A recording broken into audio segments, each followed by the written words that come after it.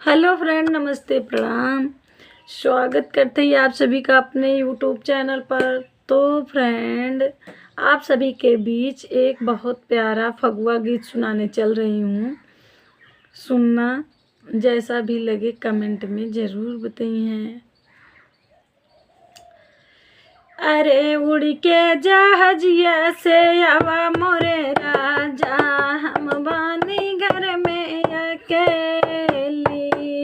उड़ के जहाजिया से आवा मोरे राज, हम बानी घर में अकेली। उड़ के जहाजिया से आवा मोरे राजा, हम बानी घर में अकेली।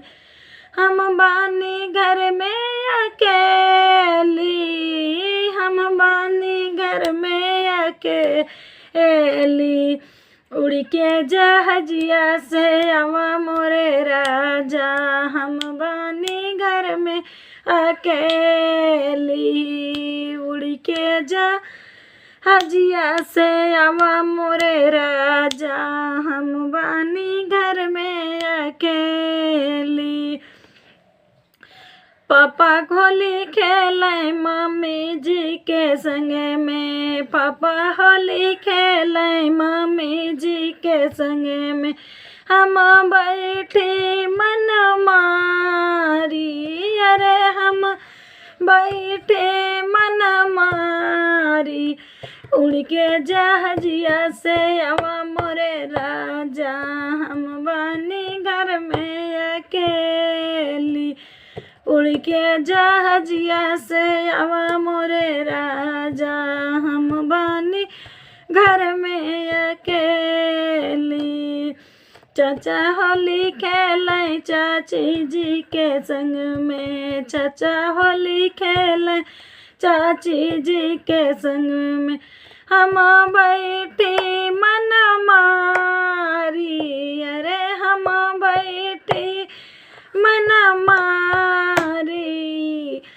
उड़ के जहाजिया से आवा मोरे राजा, उड़ के जहाजिया से आवा मोरे राजा, हम बानी घर में अकेली। उड़ के जहाजिया से आवा मोरे राजा, हम बानी घर में अकेली। भैया होली खेले भाभी जी के संग माँ, भैया होली खेले भाभी जी के संग में। हम बैठी मन मारी, अरे हम बैठी मन मारी। उड़ के जहाजिया से आवा मोरे राजा, हम बानी घर में अकेली। उड़ के जहाजिया से आवा मोरे राजा, हम बानी घर में अकेली। हम बानी घर में अकेली, हम बानी घर में अकेली। उड़ के जहाजिया से आवा मोरे राजा, उड़ के जहाजिया से आवा मोरे राजा, हम बानी घर में अकेली। उड़ के जहाजिया से आवा मोरे राजा, हम बानी घर में अकेली।